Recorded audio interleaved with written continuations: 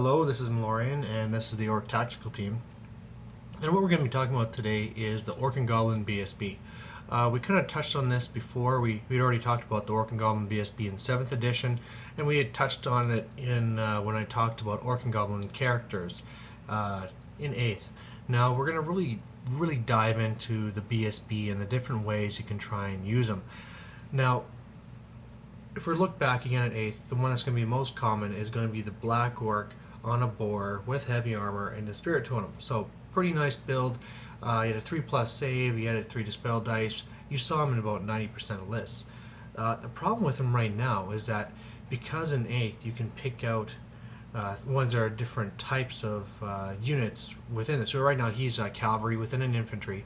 The problem is that by taking him, they can snipe him out with cannons, and he won't have a lookout, sir. So really, I mean, I guess you could say that there's not that many armies out there that have cannons, but at the same time, there's enough different things out there like that that you don't want to be taking this guy because he can be picked out. So if you say, okay, we'll just take away the boar, that's an easy fix. Well, unfortunately it's not, because if you take away the boar, he's just left with a 5+ save. Being a BSB, you can't give him a shield, so he's left there with a pretty poor save in being in the front, especially when you're taking into account that you're going to start seeing character killers, you're going to have step up with supportive attacks, so this guy will be seeing more attacks, and really this guy is just going to be a liability to you because he's just going to be dying there in the front ranks. So we got to work together and figure out a new way that we're going to be making this BSB so he's still going to be helping us. Now, probably the first thing that you can do, because this BSB, let's just say this first, we're going to need a BSB. You need to have those reroll for break tests, and you need to have those rerolls for panic tests. So that's going to be critical. So we need to have this guy. Now, if we want to give him a good save, we can't give him a magic banner, because if he has a magic banner, then he can't have items. Sorry, throat's a little bit dry. Now, let's look at some of the magic things you can give him. You can give him right from the start that armor of the silvering steel, and then all of a sudden he has a really great, can't remember if it's 2+ or 1+ save, and all of a sudden he's really good. And you also even have 5 points. You can give him the luck stone, so you can even re-roll it once per game. So right there, looks like we have a perfect build. You know, you might as well have him fighting for close combat, so you might as well make him a Black Orc so he gets that free great weapon. You give him that 50 points of gear, and off you go. He can be a front rank fighter. He has a really good defense. He has a really good attack, 3 strength, 6 attacks. You know, nothing wrong with that. All weapon skill 6. But the real problem is going to be if you want to get in that Spirit Totem. And as great as that Spirit Totem is, I don't know. It's going to be very hard to try and figure that in. And it's so hard to fit in fact, that I think that last one I just said is going to be your best one. If you really want to have that Spirit Totem in the list, I'm pretty sure you're going to have to put it in either some Black Orcs or something like that, because, you know, it's not like you can have just this unit of Orcs somewhere in the back to try and give ranks to this guy. It's just not going to work, you know, because that's assuming that you aren't going to give him all that defensive gear. So I think the idea of having the Spirit Totem BSB is pretty much gone. I mean, other than maybe having him in the front ranks and then running away right away, but really we're seeing in 8th combat starting turn 1, turn 2 at the latest. So how long can this guy be there before he has to retreat and hide? So, and I think, no, if you're going to have somebody that's in the front line, he has to be really defensive. You have to have that good save. Now, the next thing you can do is, okay, what if this guy isn't going to be in the front ranks? And that's when we can start looking into some other builds. And, you know, if you're not going to have him fighting in the front, obviously you're not going to have a big unit of Orcs in the back just to be there for ranks for the Spirit Totem. Well, we can save some points. We can go down to the Night Goblin BSB.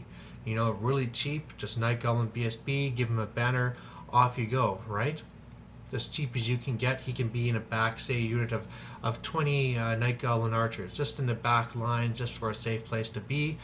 And another thing you can use for a little bit of synergy here is that if he's back there, you can give him the item so that when you release your fanatics, you get to re-roll how many hits they do. And what that means is you now have this unit behind your lines that you can be more protected so they can't draw out the fanatics. And when it's time, you can move up, release the fanatics through your lines, re-roll to try and keep those hits low. Because with your hordes, you're not caring about too many hits anyway. And then when it goes through into them, you can re-roll to get high. And so, between those two, that's a pretty good build. Another thing that's going to be kind of interesting is Gorbad, because with his range of being leadership 10 and your BSB, you can also get some synergy in getting both in there at the same time. And what could be better? The only problem though is that this guy is on a boar, so much like having to go with that 1/7 ed normal build, obviously what are you going to do with this guy, because he's going to be hit by a cannon. And one thing you can play with is you have to kind of like judge whether it's going to be worth it or not. But what if instead of in that bunker in the back, what if you didn't have night goblins? What if you paid a few more points to get 5 boar boys? 5 boar boys aren't that many points more than having the night goblin block. And then all of a sudden you can have Gorbad with your leadership 10 and your BSB ability all safe in the back.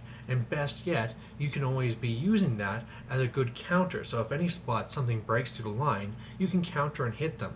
So that's a little bit more of a risky build, but again, having the leadership 10 and having actually the range of 18 for that, for both the banner and being the general, it might be worth it. It might be worth the risk. So I think those are going to be really the key ways of doing the BSB. Another one too that could be very excellent, because we've never been able to do this before, is we can now have flaming attacks. And that's because now one of the common item banners is a flaming attack banner, or give the whole unit flaming attack. So if you're against an abomination, a hydra, the vampire counts regen banner, this could be key in trying to defeat them. So of course, if you're going to do that, this guy has to be your front liner. And so we're in that problem again, where if you give him the banner, the magic banner, you can't give him any magic gear. So again, probably the best that we're looking at is just having your Black Orc with a 5+ save. One thing you could do to try and mitigate some of these things is you could start trying to protect your BSB by having another combat character there. So if you had him, say, on the very edge of the unit, so that very few guys will be able to attack him back, have beside him either a unit champ or some other character to issue challenges, and just to make sure that nobody's there to try and pick him out with a challenge. You could try and work that in, but again, it's risky, because you are having this guy up in the front that's not very tough. It's also risky because it's not like you're going to be seeing regen all the time, and then at the same time you might start seeing some dragon princes, and then all of a sudden they're invincible and you can't touch them. So I'm just saying that's another one that's an option, but I wouldn't say it's a very good option. If you were to ask me which one I'm going to use, I'm going to be using that Black Orc BSB with the silvering steel armor and the Luxstone. I think that's going to be most solid. You get that front up fighter, and he's fairly defensive too. So that's what I'm going to be doing. That's a little bit more of a recap there. What we're going to be talking about next time is the new way in 8th of how there's the new way to win, as opposed to how you determined who won in 7th, and some of the little tricks you can do for getting ahead in that. So we'll see you then. Bye.